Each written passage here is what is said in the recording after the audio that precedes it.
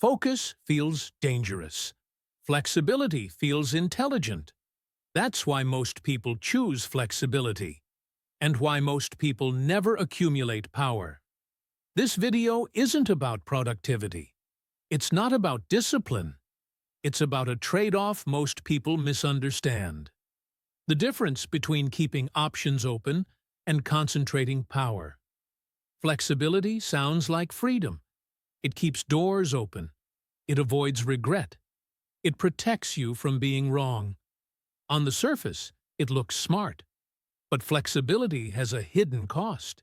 It spreads your energy. And power never comes from spread. Focus does the opposite. Focus collapses options. It forces exclusion. It makes alternatives impossible. That's why it feels unsafe. When you focus, you don't just choose one direction. You abandon others. And the nervous system experiences that as loss. This is where most people get confused.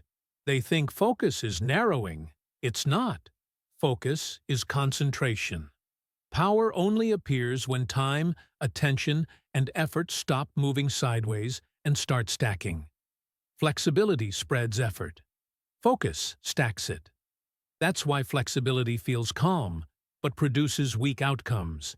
And focus feels stressful, but produces leverage. Here's the psychological reason. Flexibility delays loss. Focus accepts loss immediately. And the human nervous system will almost always choose delayed loss over immediate pain. But delayed loss doesn't disappear. It just arrives later, with interest. Let's make this concrete. Take two people early in their careers. One stays flexible. Many skills, many interests, many directions. Nothing fully committed. It feels responsible. No single failure, no public narrowing, no visible loss. The other person focuses. One skill, one domain, one reputation. That feels dangerous. If they're wrong, everyone can see it. But over time, the focused person becomes known. The flexible one stays replaceable. Flexibility protects you from early failure. Focus exposes you. And that exposure is what creates power. Now look at projects. One approach stays flexible. Multiple ideas. Multiple audiences. Constant adjustment. It feels intelligent, responsive, adaptive. Low ego risk. It feels intelligent, responsive, adaptive. Low ego risk. The focused approach chooses one thing, one audience, one problem, one message.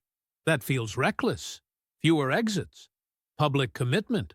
Clear failure if it doesn't work. But here's the difference. Flexibility lets you restart often. Focus lets you compound. Power doesn't come from restarting well. It comes from staying long enough for effort to accumulate. This shows up in personal life, too. Flexibility keeps options open. No commitment. No exclusion. It feels safe. No rejection. No final loss. But depth only appears after exclusion. Focus feels dangerous here, too. Because loss is immediate. And again, the same rule applies. Depth requires commitment. Flexibility avoids it and stays shallow. Here's the uncomfortable truth. Flexibility feels responsible only before clarity arrives. After clarity, flexibility becomes avoidance. When the direction is clear, keeping options open is no longer neutral. It's a decision to delay sacrifice. And delayed sacrifice always costs more later. This is why focus looks irrational at first. You lose options immediately. You look wrong early. You feel exposed. But over time, focus compounds. Flexibility doesn't. Flexibility protects you from short-term discomfort. Focus builds long-term power. This is the trade-off most people avoid. They choose comfort now over leverage later. And then they wonder why nothing decisive ever happens. Power isn't created by having many options. It's created by choosing one before you're forced to. This is trade-off.